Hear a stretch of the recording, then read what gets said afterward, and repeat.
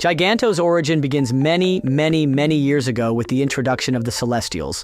As explained in Ultimates 2 Volume 2 Number 6, April 2017, these cosmic beings were created by the first firmament, aka the embodiment of the first universe ever, to serve him. However, the Celestials rebelled against this first cosmos.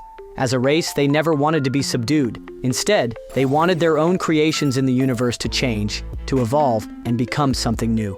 They craved that evolution too. Through the cosmic event known as the Celestial War, the Celestials became independent. They then shattered the first firmament and created the multiverse, thus beginning the multiversal cycles, processes of death and rebirth for the multiverse to adhere to its natural lifespan. Soon, these creations decided they wanted to be creators too.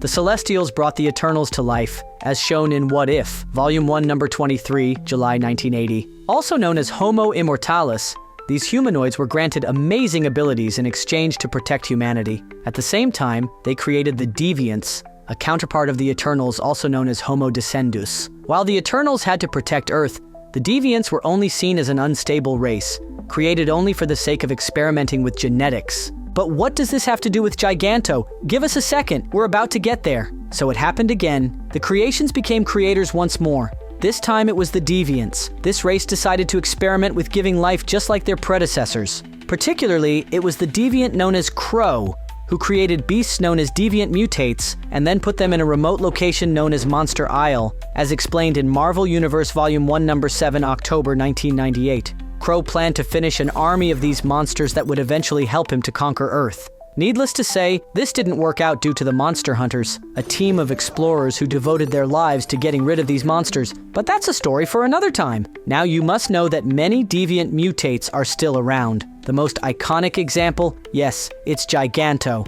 This big monster is one of these deviant mutates. She was created by the Deviants who were created by the Celestials in the first place. And yes, it's a she. Now, even though Deviants created her, this race doesn't have any control over her, which makes her a highly dangerous creature. But just how much? Can the MCU heroes take Giganto down?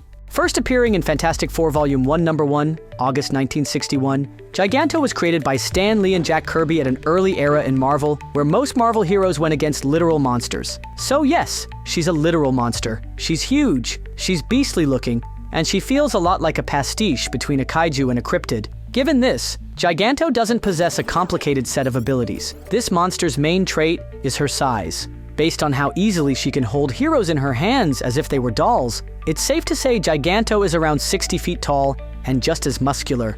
This leads us to the second most important thing about her physiology, her superhuman strength. Giganto can crush war tanks in her hands as if they were made of paper. Can you imagine what she can do with a human? This monster is super strong, not just because it's huge, but because it was created by the Deviants with superhuman strength. This strength combines with Giganto's endurance to make her a true threat. She can fight for hours, and since one of her punches can make a building crumble, the fact that she won't get tired easily is terrible news. In addition to this, Giganto has a particularly useful skill. She can dig tunnels in a matter of seconds thanks to her sharp nails. After digging, she burrows herself underground, only to reappear whenever the heroes least expect it. She uses her digging skills to take her foes by surprise every time. In fact, Giganto can be underground for a long time. She's known to be able to hold her breath under the ground for a long time. This trick also works for her when she's underwater, so not having soil for her tunnels isn't really a problem for her. While Giganto isn't an amphibious creature, the fact that she can go without oxygen for long periods of time means she can hide pretty well in both land and sea. Although her power set isn't as complex as other creatures, Giganto can handle some of Marvel's best heroes pretty well. These are true Marvel powerhouses, but Giganto has managed to hold a good fight against them. We have told you that Giganto hails from Monster Isle, but what is this location? Also known as Kaibutsu-jima, the Monster Isle is a remote piece of land in the Sea of Okhotsk near Japan. As shown in Marvel Atlas Volume 1, Number 1, November 2007, it can be found to the north of the Pacific Ocean. Since Monster Isle is close to Japan, it brings deviant mutates and Giganto closer to kaiju lore. Think Godzilla, but Marvel has created its own version of the whole situation. Like it happens with the King of Monsters, the Japanese government keeps a close eye on this place, since most deviant mutates that escape the Monster Isle will eventually make it to the Japanese shore to wreak havoc on this country. Monsters inside Monster Isle are quite cunning, so sometimes it's impossible to catch them. Here's the thing, underneath Monster Isle soil, there's subterranea, As shown in Marvel Atlas Volume 1 Number 2, March 2008, subterranea is a system of tunnels that goes miles and miles into the deepest parts of the Earth and also extends throughout the whole planet. Remember how we told you Giganto can dig incredibly fast? Well, she feels at home at Subterranea. This place works as a way for her to move all over the world. Subterranea isn't just the way most monsters at Monster Isle move around. It's also home for many of them, including the Lava Men, Tyrannus, and the Moleman. We will tell you more about this in a while. In the meantime, here's another important fact about Subterranea. It has an actual city inside it. Thousands of years ago, Atlantis foresaw its destruction in the hands of the Deviants, and it enclosed Netheria, one of Atlantis' biggest cities, in a dome that would allow them to survive underwater, as shown in Avengers Annual Volume 1 Number 20, July 1991. Since then, Netheria has been sinking lower and lower. Now it lies inside Subterranea. Since Namor has a complicated relationship with the Fantastic Four in the comics, we can't help but wonder if Talocan will be connected to the Monster Isle and the MCU's Giganto. Will Giganto obey Namor in the future? Only time will tell. Now, Monster Isle is more than just the home of deviant mutates. In fact, this place has become a fixed location for all kinds of monsters on Earth 616.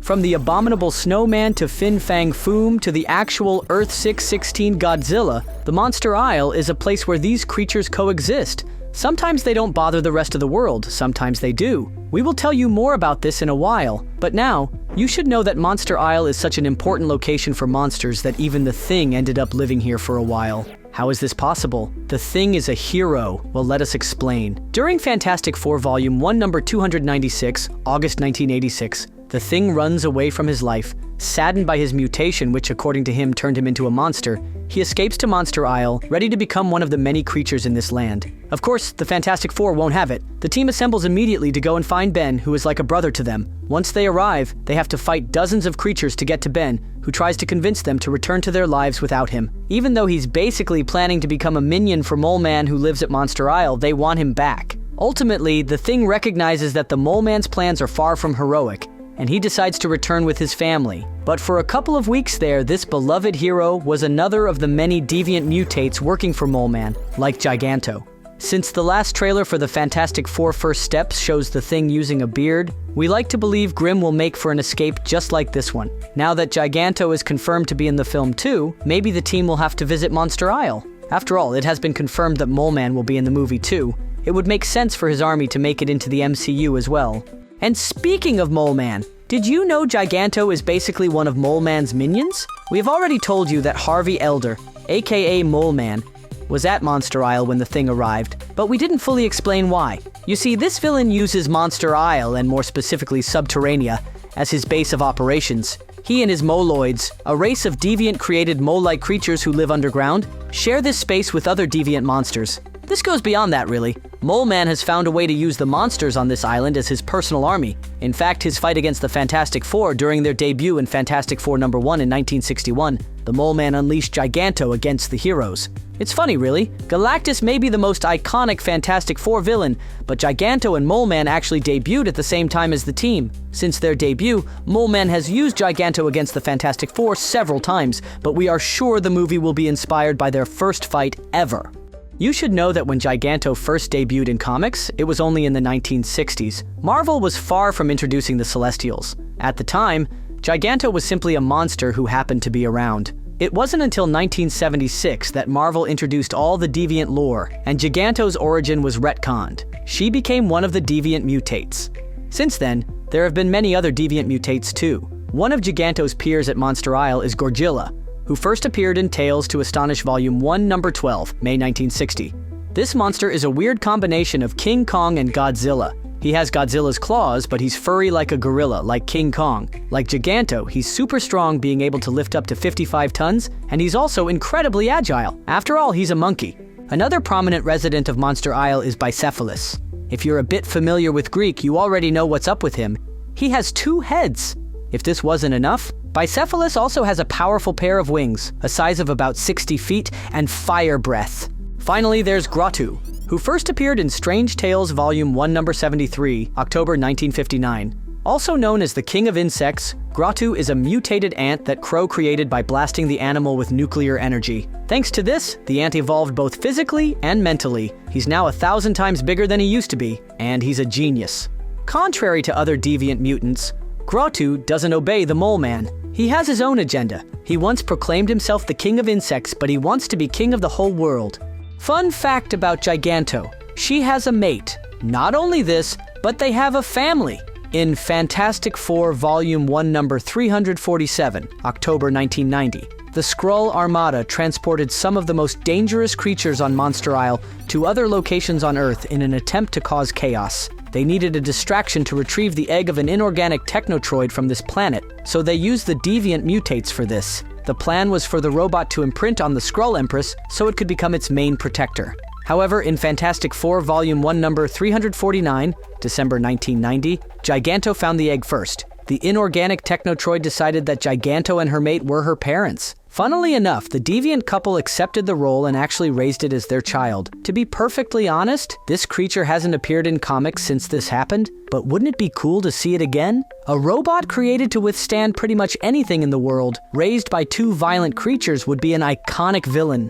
You wouldn't believe it if we told you, but Giganto isn't the only Giganto in the Marvel Universe. This scaly green monster shares her name with another behemoth, but this time, it's an Atlantean beast. If you have been playing Marvel Rivals recently, you may recognize Giganto from Namor's ultimate ability. It's the huge whale that this superhero summons when he blows the horn of Proteus. Namor's Giganto is one of the many creatures that help Namor in combat. In fact, this whale-like behemoth is one of the Atlanteans' most valuable weapons. Due to its size, it can be used to destroy a whole city in seconds. The Atlantean Giganto, first appearing in Fantastic Four Volume 1 number 4, February 1962, is a gigantic whale at first sight. However, this Giganto is way larger than any whale you've ever seen, and it's also stronger than this species, as well as way more resilient. Additionally, like a whale, it has a blowhole to spray water, but it does it more violently. It's basically a weapon. You need to understand, this is water being expelled at hundreds of miles per second, so it could kill an average human.